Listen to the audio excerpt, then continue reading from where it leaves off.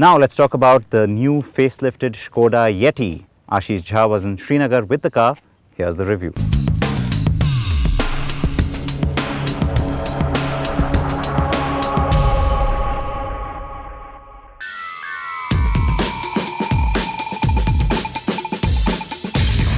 It's always been touted as a capable and impressive machine, but the Yeti never really saw enough sales to make Skoda seem thrilled about its performance. And now there's this, a new Yeti. But to be honest, it isn't really new. Facelift then would be the right word, a mild and mostly cosmetic one at that.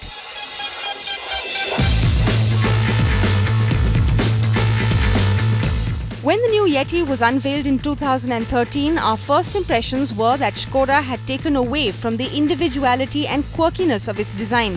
That impression of the design doesn't change much as we get it here in India. The single-unit headlamp cluster isn't as brash and exciting as the model it replaced, and the appeal is somewhat lacking.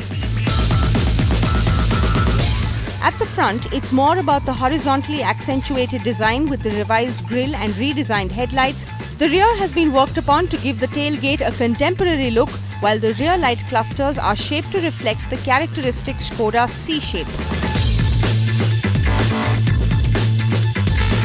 On the inside, the Yeti gets a mildly refreshed dash and a new steering wheel. Also on offer are some decent add-ons, airbags, ABS, traction control, and a good deal of other features. The most useful and important of them being Bluetooth. But no USB and aux-in ports are on offer. Instead, there is one master port, which really isn't of much use unless you buy an add-on unit that will cater to whatever device you may have. Otherwise, the quality of the interior is proper top stuff.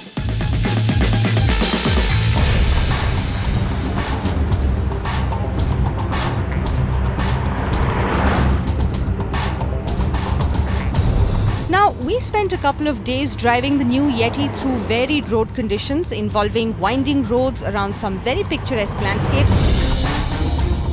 And it doesn't take long for us to assert that it remains an extremely good car to drive.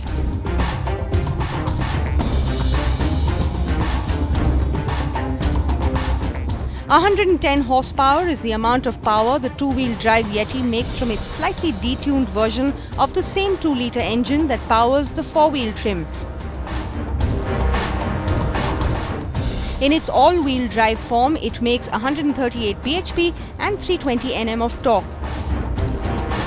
The 2-litre diesel power plant is a 4-cylinder 16-valve unit that gets an electronic diesel control unit developed by Bosch. There is no automatic option, and the two-wheel model gets a 5-speed manual transmission, while the 4-wheel drive gets a 6-speed box. The new Yeti maintains most of its impressive driving dynamics. It is extremely good around corners, and the steering is beautifully direct. The suspension, however, felt slightly more unyielding, especially when going over uneven terrain at high speeds. In the four-wheel drive model, the Yeti has the same mechanicals as the outgoing model with the 5th generation Haldex 4x4 system.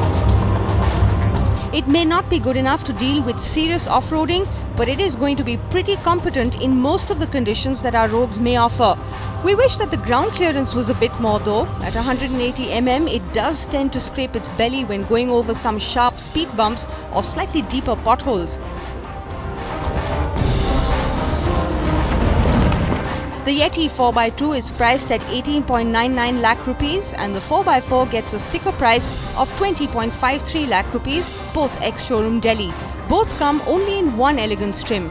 Skoda might not be looking at big numbers from the new Yeti, but the select few will have little to complain about this facelifted urban SUV.